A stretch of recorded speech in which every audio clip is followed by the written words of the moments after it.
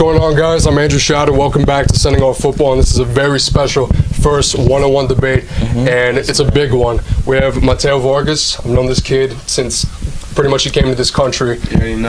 From Colombia, and this is Stamati. You probably recognize this ugly face. I'm not sure. Pretty much what we're doing, I love you. Pretty much what we're doing to fit the theme of Sending Off Football. This is going to be a regular thing weekly here at Sending Off, and we're going to do best out of 3 debates. The first topic, Messi, Ronaldo, the biggest debate any sports fan could have. After that, it's the best club side between 2011 Barcelona to 2016-2017 Real Madrid, because, you know, he had to pick 2 years.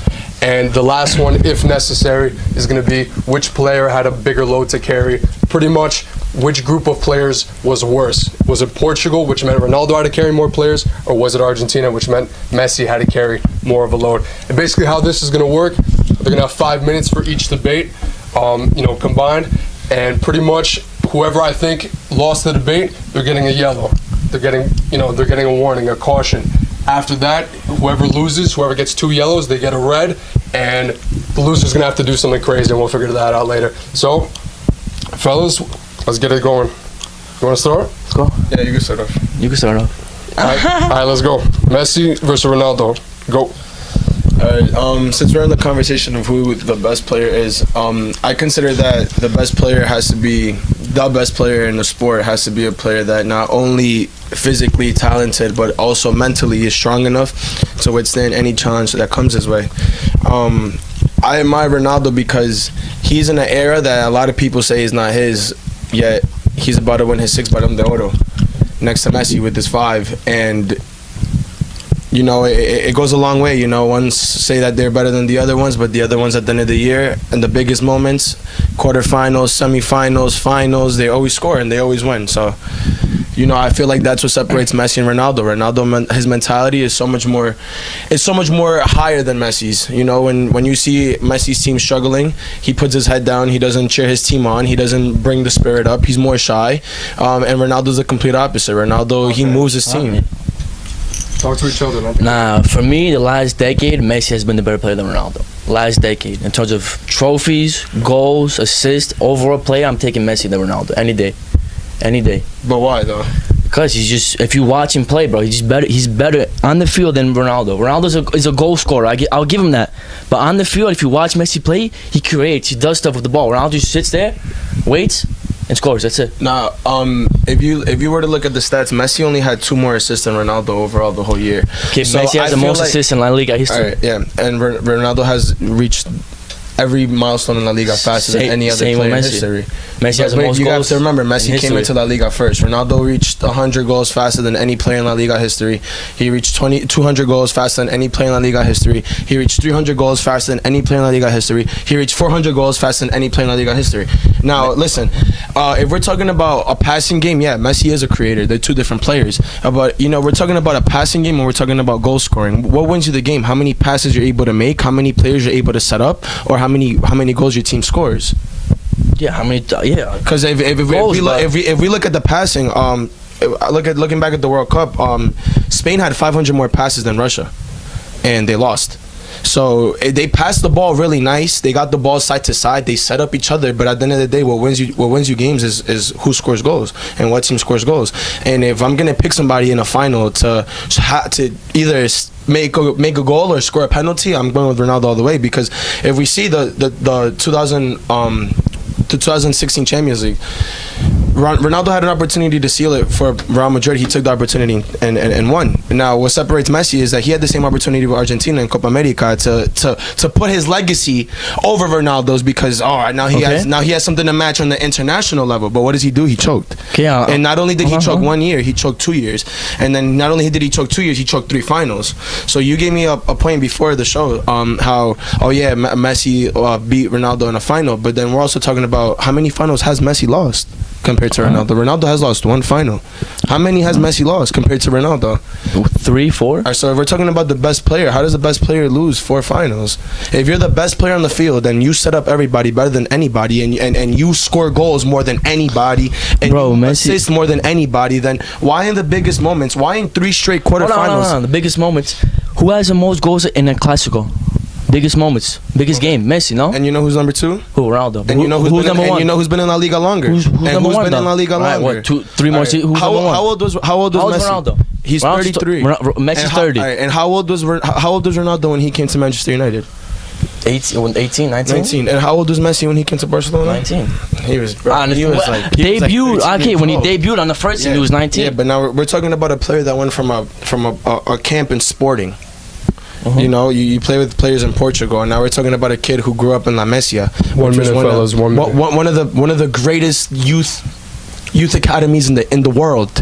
You know, it's very easy to learn off these players. You know, it's very easy to learn the sport when you have 2 of the greatest midfielders to ever play. Definitely top 5 in history. Okay, but you also have top midfielder. You have Luka Modric, another one. 100%. Tony Kroos, another one. 100%. It's basically the same thing. But we're not comparing Luka Modric to Iniesta and Xavi. Iniesta and Xavi are in That's another debatable. class. Iniesta and Xavi in another class. And if you don't think so, I'm pretty sure the whole world will agree with me that Iniesta and Xavi are on another level. And I'm pretty sure Messi would even agree with me in that. So if you want to, you know, and at the end of the day, listen, Barca have had a lot of great teams, but they've never made 2 consecutive Champions League finals. Yeah, but they won six trophies in a season. All right, and Real Madrid won 4 in their best season. And you want They won 6. I'll take 6 over 4. And I'll take 2 consecutive over 6. All right, that's the end of the first topic. I'm not saying who's right or wrong. I'm just saying who's the better debater, who gave more statistics. Mati, going in the book. Damn.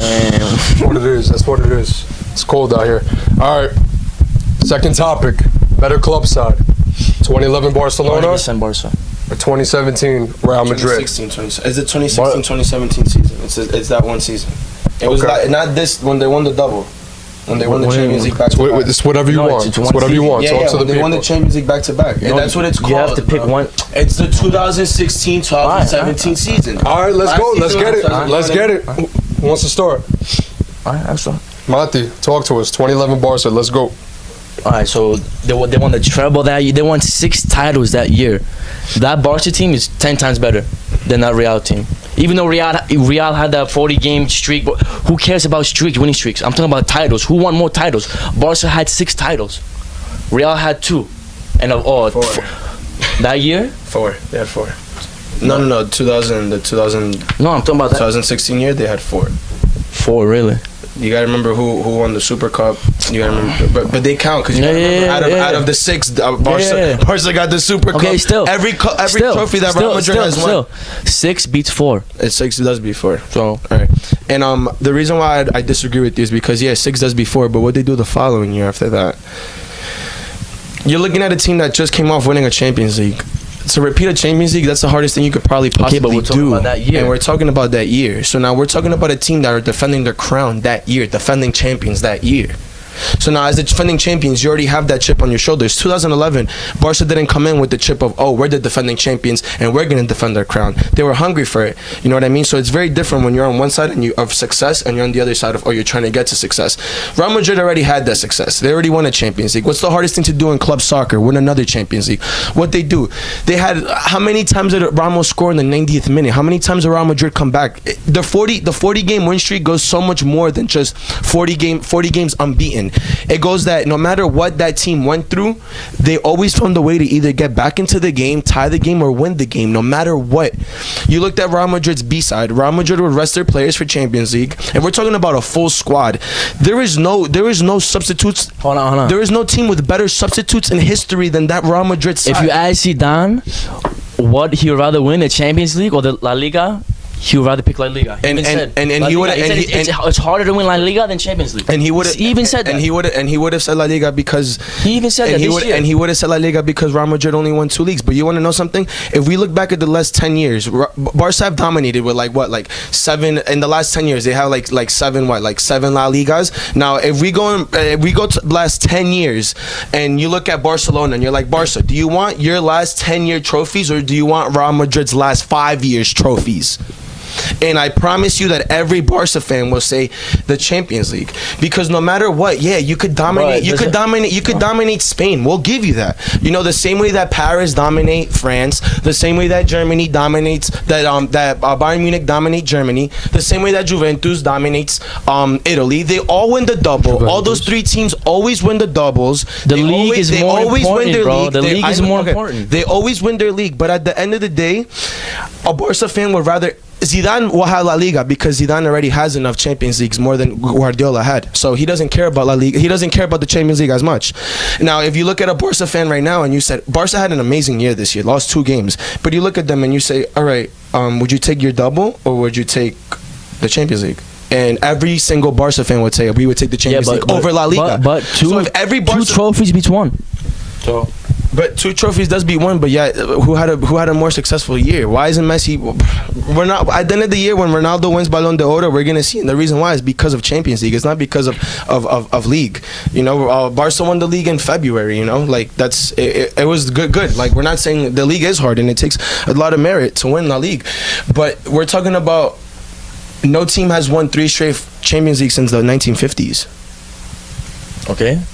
I understand that, but you're talking about the 2006. Since the 1950s. So now we're saying they won the double. They retained their crown. They said, all right, we're gonna be the first team since it was renamed the Champions League to win the Champions League. Because at the end of the day, Barca don't play. Barca don't play to play the La Liga, bro. Has Real ever won a treble? No. Barca don't play to win La Liga. Barca don't play to win La Liga. Has Real won the treble? No. Is that the thing? Real sees the Champions League and they see La Liga, and then they see Copa del Rey. So when you guys, we'll keep this one, and you guys can have that one, because at the end of the day, the Copa del Rey is never gonna amount to what the Copa del Rey is never gonna. The Copa del Rey is never gonna. Have you guys won a treble? I don't know. We haven't. But you know what we've won? We've won 3 straight Champions League finals. 20 seconds, fellas. And no other team has won 3 straight Champions League finals. And we did it with the greatest goal scorer in history. And the reason why we won 3 straight finals was 6 titles in one season. And the reason why, 6. All right, but we won 4. You take the Spanish Super Cup. Everything, bro. They won everything that year. They won the Spanish Super Cup, which is an amazing cup. It's up there. All right. I'm not gonna lie to you guys. I think we could clearly tell who's the better debater here. Who has more statistics? This guy knows his stuff. Is this guy. But guess what? I'm a FIFA referee. That means I'm corrupt. And that means, because we want to hear the third topic, and I know the sending off football fans want to hear the third topic. Mateo, in the book. I'll take it. We're in the book. All right. And the last debate topic: which collection of players was worse? Portugal 2018 World Cup, Argentina 2018 World Cup. Argentina. Basically, did Ronaldo or Messi have a bigger load, a bigger burden on their shoulders? Mateo, take us home. Start this off? Thank you. I don't want to start this off. All right, so we're looking at Argentina had. On paper, Argentina had a better team. Argentina had the main scorer for Serie A champions, the main striker. Argentina had the main scorer for the Premier League champions. And we look at a set of players that Di Maria, who won the championship, and since we're talking about league soccer too, all these players in Argentina won their league, and they dominated their league. Yeah, I agree with that. But when they come to the national team, which is crazy because they play like sticks. Because now you know they go to the national team and then they can't seem to play with Messi. Like they can't seem to find the Messi and his teammates don't look to be on the same page.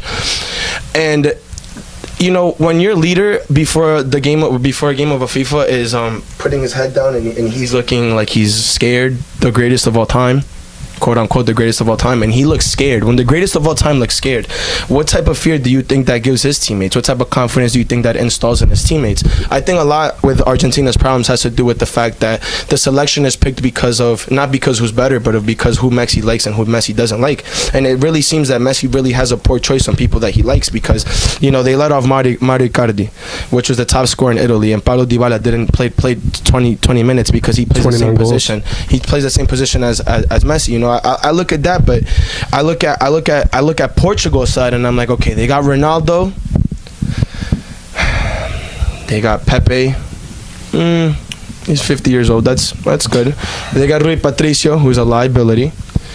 They got their defense is mixed, old and young, and there's no who's the best defender compared to Argentina's. Like, we're talking about Guerrero, who plays on Dortmund, good player, but you look at overall, the defense-wise, Portugal had a better defensive-wise than Argentina. Portugal scored 5 goals in the World Cup. I'm sorry, and Ronaldo scored 4 of those goals. How many goals did Argentina score?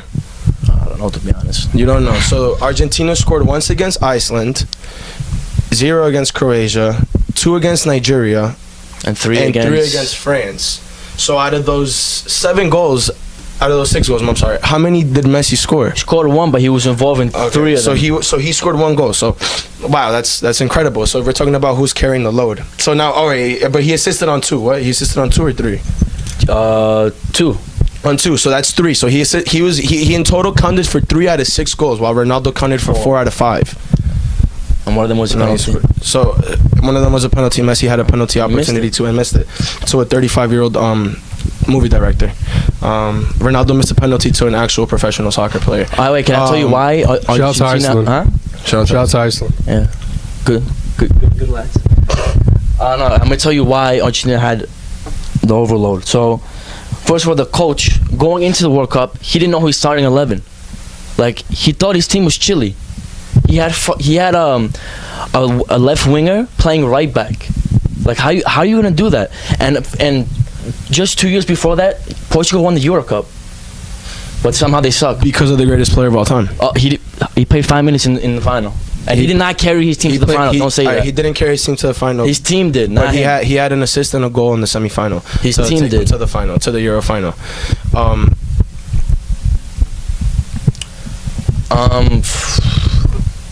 All right, look, we're looking at a Portugal team who's basically you can name like 3-4 players off the top of your head. One more minute left. Besides an Argentina team that you could basically name the whole starting 11. Dybala, Higuain, Lavezzi, Di Maria, Vanega, Messi, Mascherano, Rojo, and now we're looking at a Portugal team. Who could you think of the top of your head? Ronaldo. Could you think of any other players? Pepe, Bernardo Silva. Renato Silva, who didn't play. Eder, who didn't play in the World Cup. They didn't even get called up. So wow, you're giving me a lot of names. So as you can see, you look at world-class names, and Portugal definitely has way less. Okay, but and you can't even the players perform better than the players the players perform better because they have a captain who knows how to captain his team. No, they have the coach. They have a coach. They have a leader. They have a coach. Portugal. I'm sorry. They have a coach. Portugal have a leader. Portugal have a leader that instill that confidence that no matter what they have a fighting chance. You look at a game in Spain. If it wasn't for Cristiano Ronaldo, Portugal lose 3-0. You look at those games where it looks like no one's showing up and he just shows up. Besides an Argentina team that they look like they might gonna show up, and then the greatest arguably of all time doesn't show up, and it gets to the point where it's like, all right, like it's been like 5-6 years that in the biggest stages he doesn't show up. But he takes his team to the final though. And that's the end of the debate. I don't know if he took his team in 2014 to the final though when he had 0 goals. Mati,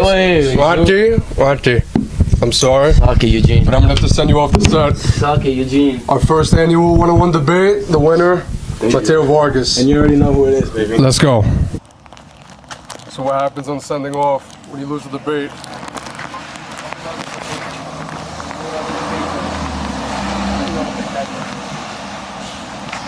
Who let the dogs out? Go Mati! Who let the dogs out? Who let the dogs out? Who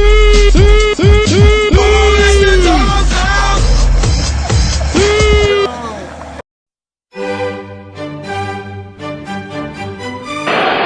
Now what happens? He's saying some more.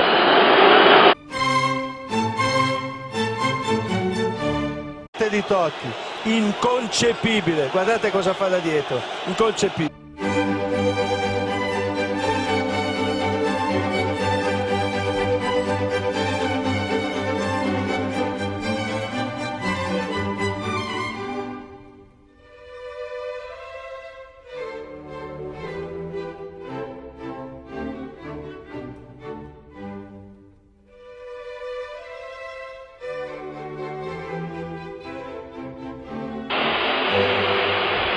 down to 10 men. And the showpiece of the World Game has an unsavoury moment here that will make the headlines beyond the...